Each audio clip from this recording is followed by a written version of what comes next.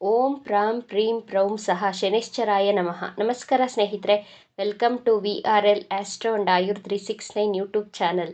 ಮಕರ ರಾಶಿಯವರ ಮಾರ್ಚ್ ತಿಂಗಳ ರಾಶಿ ಭವಿಷ್ಯದ ಬಗ್ಗೆ ಹಾಗೂ ಮಾರ್ಚ್ ತಿಂಗಳಲ್ಲಿ ವಿದ್ಯಾರ್ಥಿಗಳ ವಿದ್ಯಾಭ್ಯಾಸ ಹೇಗಿದೆ, ವೈವಾಹಿಕ ಜೀವನ, ಪ್ರೀತಿ ಪ್ರೇಮದ ವಿಚಾರ, ಆರೋಗ್ಯದ ವಿಚಾರ, ಜಾಬ್ ಹಾಗೂ ಬಿಸ್ನೆಸ್, ಅದೃಷ್ಟದ ವಿಚಾರಗಳ ಬಗ್ಗೆ ಈ ವಿಡಿಯೋದಲ್ಲಿ ತಿಳಿಸಿಕೊಡಲಿದ್ದೇನೆ.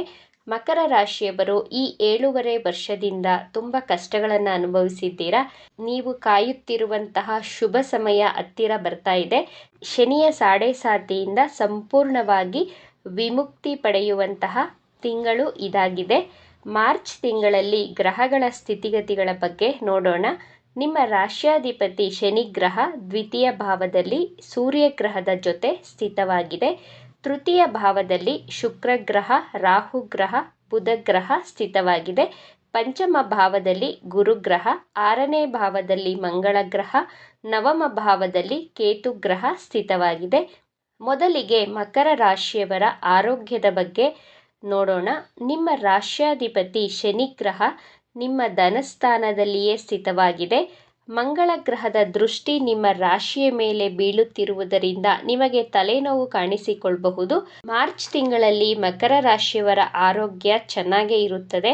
ಆದರೆ ನೀವೇ ಬೇಡದಂತಹ ವಿಚಾರಗಳನ್ನು ಅತಿಯಾಗಿ ಚಿಂತೆ ಮಾಡಿ ಅನಾವಶ್ಯಕವಾಗಿ ಓವರ್ ಥಿಂಕ್ ಮಾಡಿಕೊಂಡು ನಿಮಗೆ ನೀವೇ ತಲೆನೋವನ್ನು ತರಿಸಿಕೊಳ್ಳುವಂತಹ ತಿಂಗಳು ಇದಾಗಿರುತ್ತದೆ. ಸ್ಕಿನ್ ರಿಲೇಟೆಡ್ ಹೆಲ್ತ್ ಪ್ರಾಬ್ಲಮ್ಸ್ ಬರುವಂತಹ ಸಾಧ್ಯತೆಗಳಿವೆ.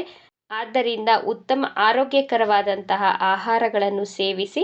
ಮಾರ್ಚ್ ತಿಂಗಳಲ್ಲಿ ಮಕರ ರಾಶಿ ವಿದ್ಯಾರ್ಥಿಗಳ ವಿದ್ಯಾಭ್ಯಾಸ ಹೇಗಿರಲಿದೆ ಅಂತ ನೋಡೋಣ. ನಿಮ್ಮ ಪಂಚಮ ಭಾವದಲ್ಲಿ ಗುರುಗ್ರಹ, ಪಂಚಮಾಧಿಪತಿ ಶುಕ್ರ ಗ್ರಹ ತೃತೀಯ ಸ್ಥಾನದಲ್ಲಿ ಸ್ಥಿತವಾಗಿದೆ.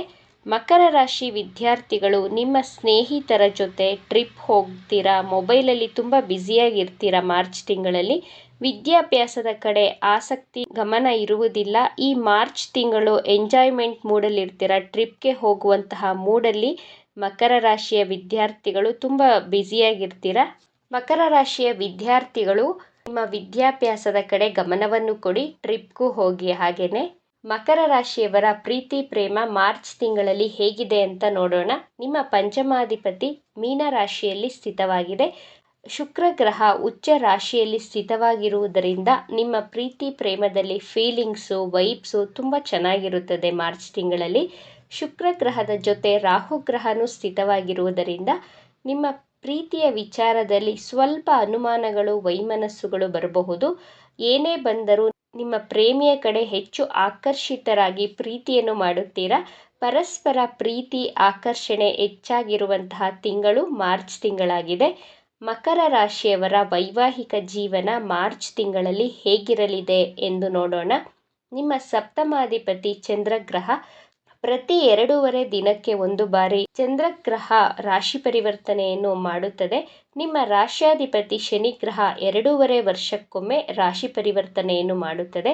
ಮಕರ ರಾಶಿಯವರಿಗೂ ನಿಮ್ಮ ಜೀವನ ಸಂಗಾತಿಗೂ ಡಿಫರೆನ್ಸ್ ಕಾಣಬಹುದು. ನಿಮ್ಮ ಇಬ್ಬರ ಮಧ್ಯೆ ಏನಾದರೂ ಒಂದು ಸಮಸ್ಯೆಗಳು ಇದ್ದೇ ಇರುತ್ತದೆ ನಿಮ್ಮ ಲೈಫಲ್ಲಿ.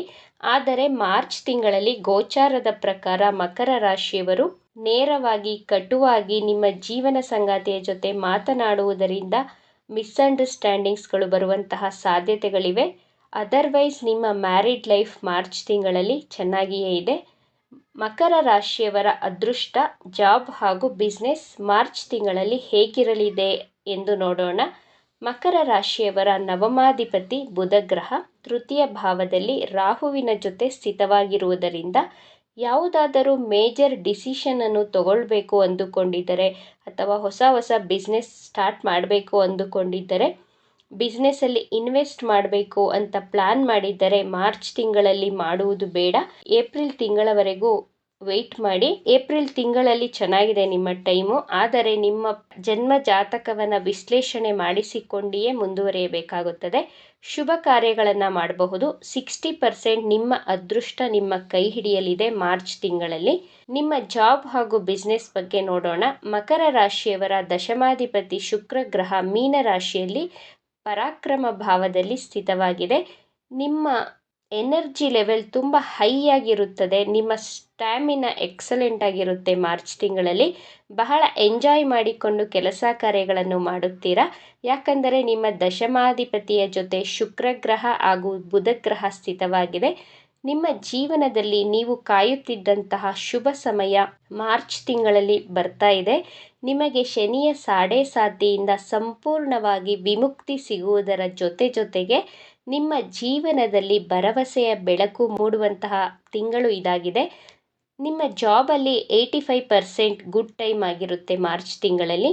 ತುಂಬ ಆತ್ಮವಿಶ್ವಾಸದಿಂದ ಕೆಲಸ ಕಾರ್ಯಗಳನ್ನು ಮಾಡಿ ಮುಗಿಸುತ್ತೀರಾ. ನಿಮ್ಮ ಟಾರ್ಗೆಟನ್ನು ರೀಚ್ ಮಾಡ್ತೀರಾ, ಅಚೀವ್ ಮಾಡುವಂತಹ ತಿಂಗಳಾಗಿದೆ.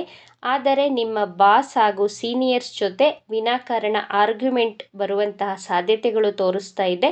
ಆದ್ದರಿಂದ ಸಮಾಧಾನವಾಗಿರಬೇಕು.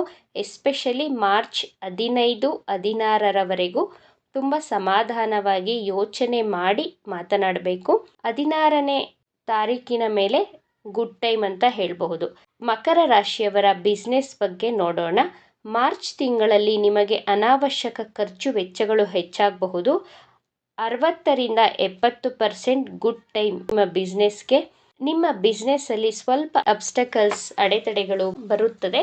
ಸಾಡೆಸಾತಿಯ ಸಮಯದಲ್ಲಿ ತುಂಬ ಕಷ್ಟಗಳನ್ನು, ಅವಮಾನ, ದುಃಖ, ಅನಾರೋಗ್ಯ ಸಮಸ್ಯೆ, ಸಂಬಂಧಗಳಲ್ಲಿ ಬಿರುಕು, ವೈಮನಸ್ಸು, ಸಂಬಂಧಿಕರಿಂದ ದೂರ ಆಗಿದ್ದೀರಾ. ನಿಮ್ಮ ಪ್ರೀತಿ ಪಾತ್ರರನ್ನು ಶಾಶ್ವತವಾಗಿ ಅಥವಾ ತಾತ್ಕಾಲಿಕವಾಗಿ ಕಳೆದುಕೊಂಡಿರುತ್ತೀರಾ. ತುಂಬ ಕಷ್ಟಗಳನ್ನು ಅನುಭವಿಸಿದ್ದೀರಾ ಮಕರ ರಾಶಿಯವರು. ಆದರೆ ಮಾರ್ಚ್ 29ರ ನಂತರ ನಿಮಗೆ ಸ್ವಲ್ಪ ಮಾನಸಿಕ ನೆಮ್ಮದಿ ಸಿಗುವಂತಹ ತಿಂಗಳು. ಈ ಎಲ್ಲ ಸಮಸ್ಯೆಗಳಿಂದ ಒಂದು ಬಿಗ್ ರಿಲೀಫ್ ಸಿಗುವಂತಹ ತಿಂಗಳು ಮಾರ್ಚ್ ತಿಂಗಳಾಗಿದೆ. ಇವಿಷ್ಟು ವಿಚಾರಗಳು ನಿಮಗೆ ಇಷ್ಟ ಆಗಿದೆ ಅಂತ ಭಾವಿಸ್ತಾ ಇದ್ದೇನೆ. ಇಷ್ಟ ಆಗಿದ್ದರೆ ನಮ್ಮ ಚಾನಲನ್ನು ತಪ್ಪದೇ ಸಬ್ಸ್ಕ್ರೈಬ್ ಮಾಡ್ಕೊಳ್ಳಿ. ಈ ವಿಡಿಯೋಗೆ ಒಂದು ಲೈಕ್ ಕೊಡೋದನ್ನು ಮರಿಬೇಡಿ. ಈ ವಿಡಿಯೋವನ್ನು ನಿಮ್ಮ ಫ್ರೆಂಡ್ಸ್ ಆ್ಯಂಡ್ ಫ್ಯಾಮಿಲಿ ಗ್ರೂಪಲ್ಲಿ ಹೆಚ್ಚು ಶೇರ್ ಮಾಡಿ. ನಿಮ್ಮ ಅಭಿಪ್ರಾಯಗಳನ್ನು ನಮಗೆ ತಪ್ಪದೇ ಕಮೆಂಟ್ ಮಾಡಿ. Thank you friends.